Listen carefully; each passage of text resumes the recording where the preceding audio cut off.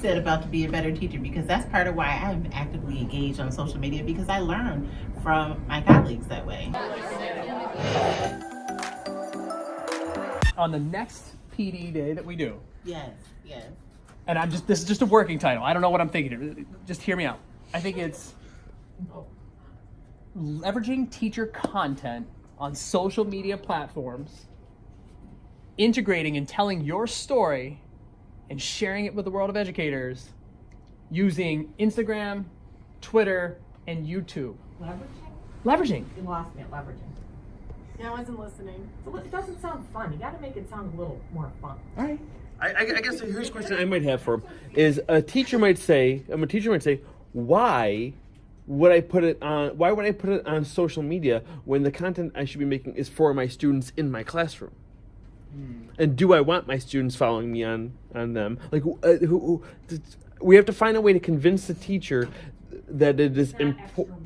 Well, that's another problem. That's another problem of it being extra work, but more so like them understanding who the content is for. Now, I think me and you know that answer, right? That it's really you make it for somebody else, but it actually helps you 100%. making content for somebody else. 100%. Right? I think it's documenting your process, and by sharing it and pushing it out there. Yeah, documenting your process. I think it's documenting your process. That's exactly it. I think it's documenting the educational process. Like keeping a diary. Like Yeah. something Right. Everybody might. We're going to keep a collection, but I think documenting helps tell your story. Right. I think education is hard. I think sometimes we feel like it's in isolation, but I feel like if we get that thing out, Yeah. and we could share the process behind the Or scenes. be one of the cool kids. Be one of the cool teachers. But my I think the hurdle we're going to have is, though, how do we convince them to want to do that? Because it'll be either fear or them thinking it's more work than it is when we both know how simple it is. What we're doing right now. Let's talk about that. Why do people do things? Peer pressure, to be a better teacher. Yeah. Why do people take on new things that are, especially people that are established? I like what you said about to be a better teacher, because that's part of why I'm actively engaged on social media, because I learn from my colleagues that way. Right. Yeah, because But everybody's sharing their experience. But you ask why, in your I think part of it is understanding that everybody has a story to tell. I think it's part of it. I think it's to say because I think I'm interested in your story. 100%. But I go back and I do this thing where I say well, somebody's already done that, or I say things like, yeah, maybe I'm not good enough to document that thing. Maybe I am. Yeah. And I think imagine if we had 20 teachers who did that, who shared that process. Number one, would you support that community? The answer is probably yes, right?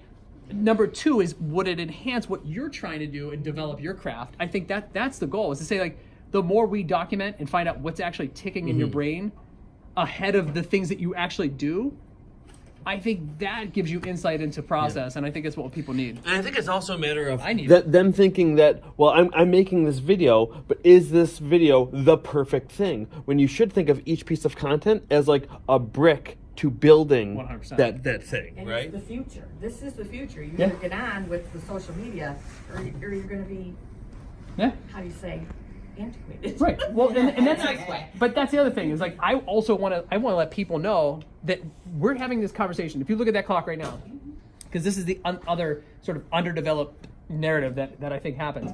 You look at that clock right now, 3:15 on a Friday before a break. You're 15 minutes away from leaving if you want, or you can continue to stay here and grind down on this process that could benefit others. Where would you rather be? What community do you want to be a part of? I don't know. I'm just saying. I think this is powerful. Well, stuff. even showing that process at home too, because some people just can't. Maybe you got fame. Maybe you got a baby on the way. Maybe you have a little kid. Maybe you have some other reasons you can do it. But you can. It doesn't have to just be at school either. Right. Right. Right. And we're digging into that process right now. This is how things get started. This is how movements get going. This is how creative communities get going. All right, we're doing this session. We're doing it. Listen, I don't know, what are we calling it? Let's just start documenting the process, sharing our stories as teachers and learners. Period. And that's it. People just show up. Yeah. Got it. There's organic authenticity to that, because it doesn't have to be perfect. As we've learned with the videos that we've tried to make, it doesn't have to be perfect. Then what we need to do over the next 20 days, because we're leading the session.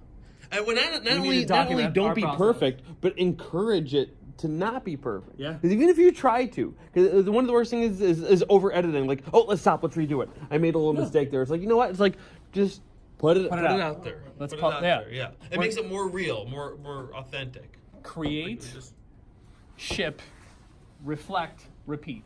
Yep. We got this. We're doing it. All right. Boom.